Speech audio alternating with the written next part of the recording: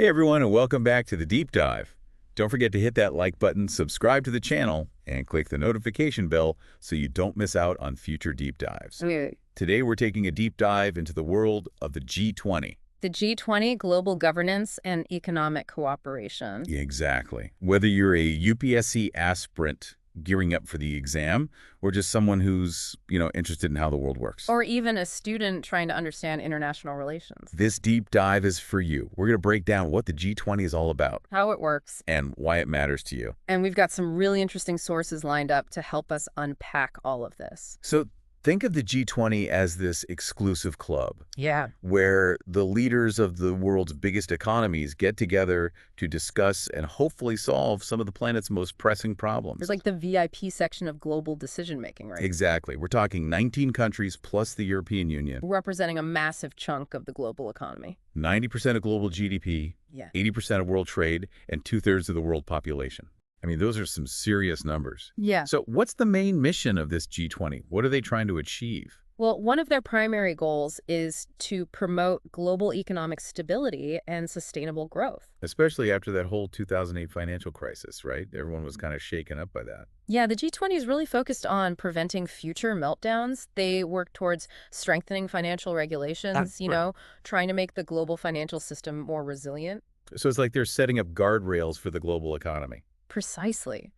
But what's really interesting about the G20 is its structure. It's not like the UN, for example. What do you mean? Well, the G20 doesn't have a permanent headquarters or a single leader who's in charge all the time. So how do they even get anything done? It sounds a bit chaotic. Not at all. The presidency of the G20 actually rotates annually among its members. Oh, interesting. So each year, a different country gets to steer the ship. Exactly.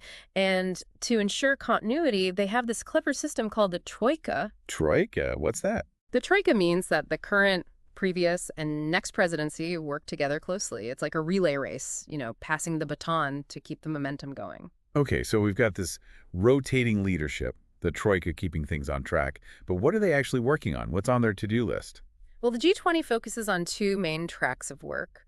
We have the finance track, which, as you might guess, deals with all things finance. Yeah, that's where the finance ministers and central bank governors get together and talk about money stuff, right? Exactly. They grapple with issues like fiscal policies, exchange rates, debt sustainability. All that fun stuff. Yeah, you could say that.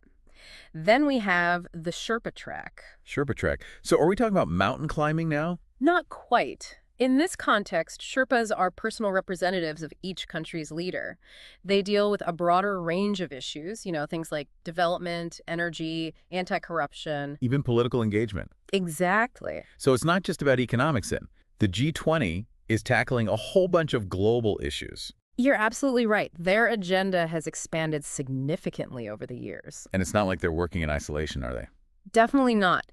The G20 collaborates with other key international organizations. Like who? Well, we're talking about the big players, the International Monetary Fund, IMF, the World Bank, the World Trade Organization, WTO.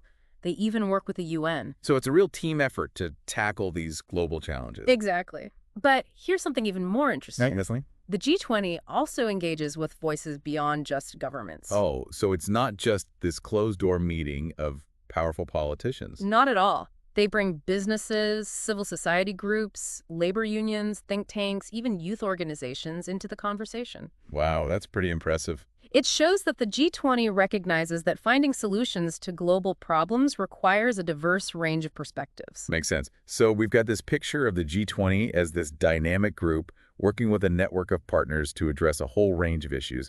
But where does India fit into all of this?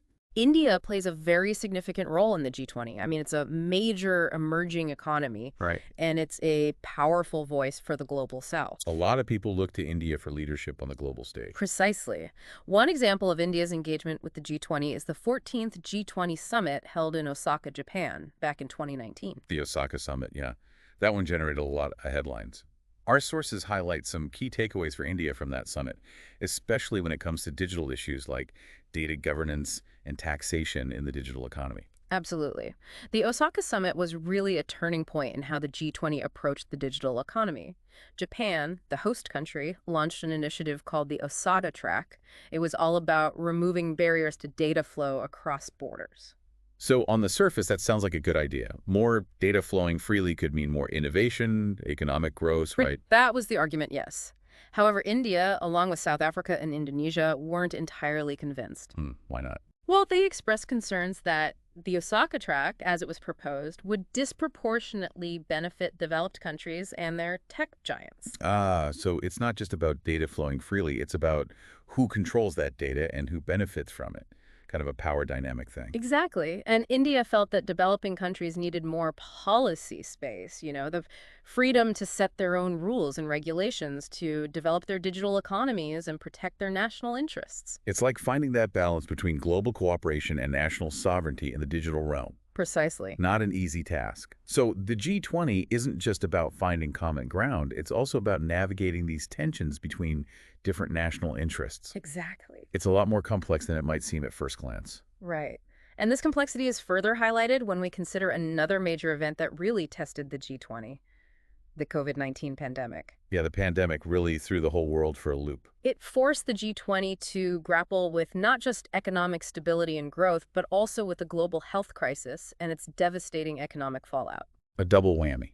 Yeah. So how did the G20 handle this unprecedented situation? Well, like most things with the G20, it's a mixed bag. Some argue they were too slow to react, Yeah. lacked coordination. This was a pretty chaotic time. It was. But others point to the significant financial aid packages and debt relief measures that were implemented. True, there were some positive steps taken. So it seems like the pandemic forced the G20 to confront some uncomfortable truths about global inequality and the interconnectedness of our world. Absolutely. It highlighted the fact that global challenges don't discriminate based on national borders or economic status. We're all in this together, whether we like it or not. Right. We can't just ignore what's happening in other parts of the world. Exactly. And speaking of global challenges, we can't forget about climate change, which has become a top priority for the G20. Oh, yeah. Climate change. The big one. Huh. Our sources mention that G20 countries have made commitments to reduce emissions, transition to cleaner energy. They have, but progress has been uneven.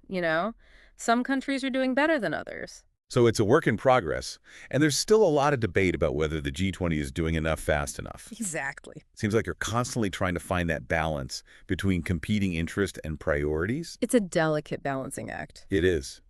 So we've covered a lot of ground here. We've talked about the G20 structure, its goals, its expanding agenda, and India's role in all of this. But I bet some of you are still thinking, okay, so why should I care? We're going to address that question head on when we come back. We'll delve into why the G20 matters to you, what it means for the future of global governance and economic cooperation. Stay tuned. And we're back. So before the break, we were getting into the nitty-gritty of the G20, this powerful group tackling all these global issues.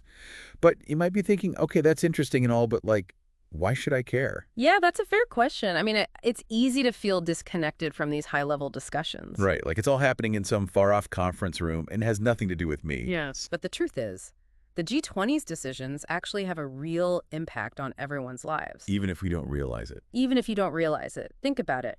The G20 sets the tone for global policies on trade, climate change, financial stability, all those things that directly affect you. Okay, so it's not just about abstract economic indicators or complicated policy jargon. Not at all. These policies influence the prices you pay for goods, the jobs available in your country, the stability of the whole financial system. So it's actually pretty relevant to our everyday lives. Very relevant. And for our listeners in India, especially those aspiring diplomats and policymakers out there, understanding the G20 is crucial. Yeah, if you're thinking about a career in international relations. Absolutely. It's a platform where India can really engage with the world's most powerful nations. To advocate for its interests. Shape the global agenda on issues that directly impact India's future.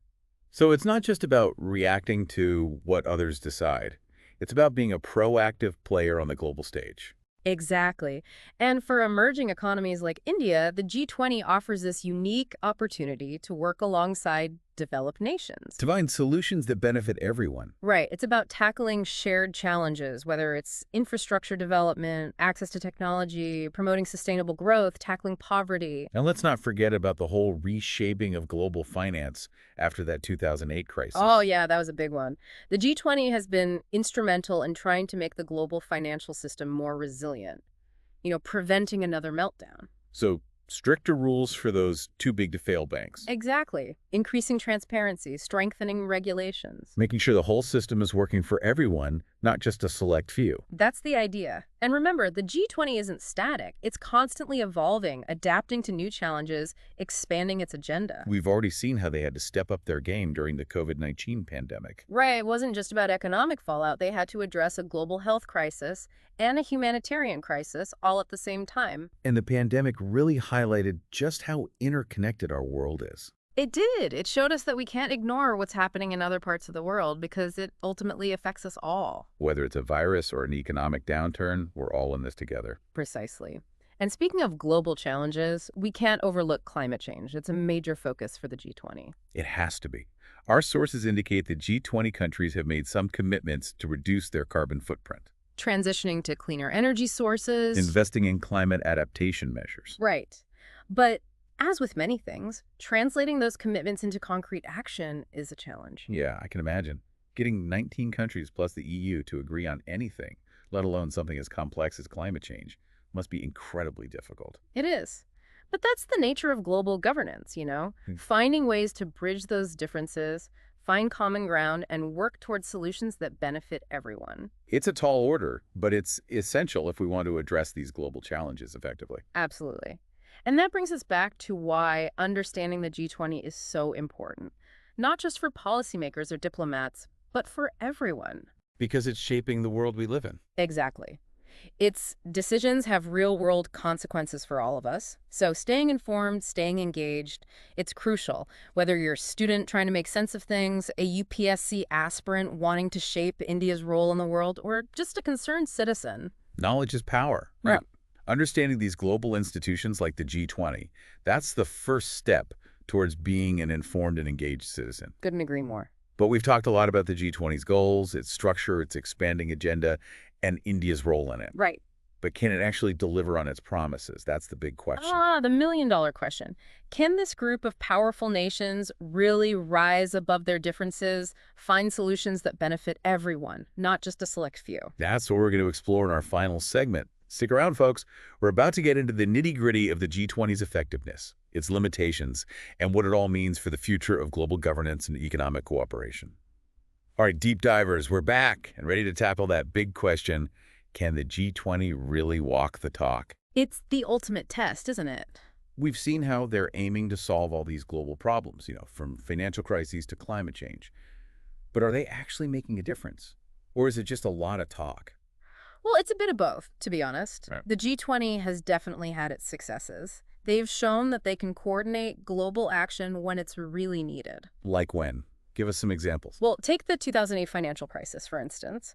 The G20 played a key role in coordinating a global response to that, prevented a complete economic collapse. Right. They basically stopped the world from falling apart financially. Exactly. They pumped trillions of dollars into the global economy, worked on reforming financial regulations. It was a huge effort. Okay, so they can be effective when there's a clear and present danger, like a global financial meltdown.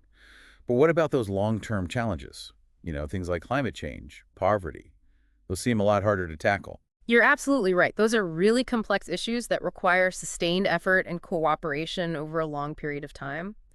And while the G20 has made some progress in those areas, it's been a lot slower and more incremental.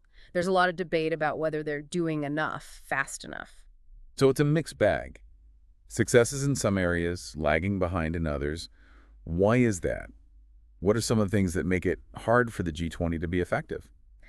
Well, one major challenge is that they don't really have any enforcement mechanisms. I mean, the G20 can make commitments, set goals, all that, but there's no real way to force member countries to actually comply. So it's more like a club than a governing body. Yeah. Members can choose to participate or not, depending on what's best for them? Yeah, that's one way to look at it. And that can lead to a situation where some countries are basically free-riding, benefiting from the G20's efforts without really contributing their fair share. Doesn't seem very fair. Are there other limitations that hold the G20 back? Well, another criticism is that the G20 is too exclusive.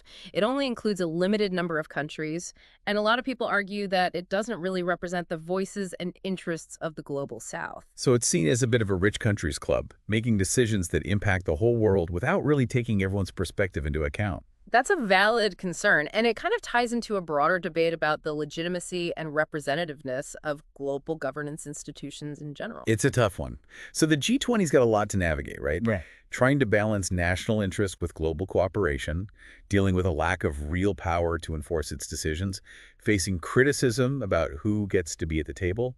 So where does all of this leave us? Is the G20 ultimately a force for good in the world?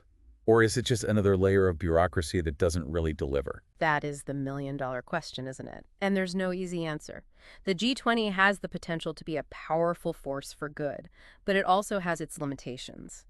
In the end, I think its effectiveness really boils down to the willingness of its member countries to work together, to compromise, and to prioritize the collective good over their own narrow self-interests. It's a big ask. But it sounds like understanding how the G20 works, its strengths and weaknesses, is crucial for anyone who wants to understand how the world works. Absolutely. Especially for our UPSC aspirants out there, this is essential knowledge. For sure. Well, that brings us to the end of our deep dive into the worlds of the G20.